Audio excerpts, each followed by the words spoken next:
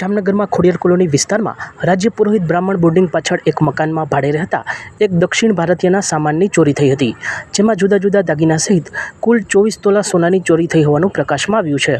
ઉલ્લેખનીય છે કે ચોરીમાં ગયેલ મુદ્દામાલની કિંમત 6 લાખ આંકવામાં આવી છે. 24 તોલા સોનાના દાગીનાની કિંમત 6 લાખ રૂપિયા આંકવામાં આવે એ આશ્ચર્યજનક છે. આ કિંમત અનુસાર તો જામનગરમાં સોનાનો 1 તોલાનો ભાવ 25,000 રૂપિયા થયો કહેવાય.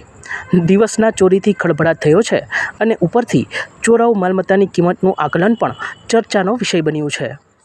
જામનગર સીટીસી ડિવિઝન પોલીસ સ્ટેશનમાં ખોડિયાર કોલોનીમાં જૂની આરામ કોલોનીમાં જે ચોરીનો ગઈકાલે બનાવ બનેલો છે તેની વિગત એ મુજબ છે કે જે આ મકાનમાં જે ભાડેથી જે રહેતા હતા વ્યક્તિ એ બપોરના સમયે મકાન બંધ હોય તે સમયે કોઈ અજાણ્યા ઈસમ દ્વારા મકાનના પાછળના ભાગે આવેલા દરવાજામાં નીચેના ભાગેથી તોડી અને પાછળનો દરવાજો ખોલી ત્યાંથી ઘરમાં પ્રવેશ કરી અને ઘરમાં અલગ અલગ બેડરૂમમાં અને રૂમમાં રહેલા કબાટોમાંથી સોનાના અલગ અલગ જે દાગીના છે તેની ચોરી કરવામાં આવેલી છે.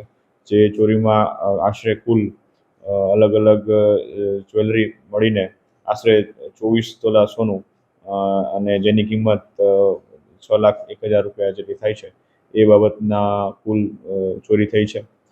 જેની બાબતની ફરિયાદ સીટીસી ડિવિઝન પોલીસ સ્ટેશનમાં BNS 331-3 એ મુજબની ફરિયાદ દાખલ કરવામાં આવેલી છે અને અલગ અલગ ટીમો LCB અને સીટીસી ડિવિઝનના સ્ટાફ દ્વારા આ પ્રકારની ઇન્વેસ્ટિગેશન ચાલુ છે. સચોટ સમાચારો સૌથી ઝડપી મેળવવા માટે અમારી ચેનલને સબસ્ક્રાઇબ કરો.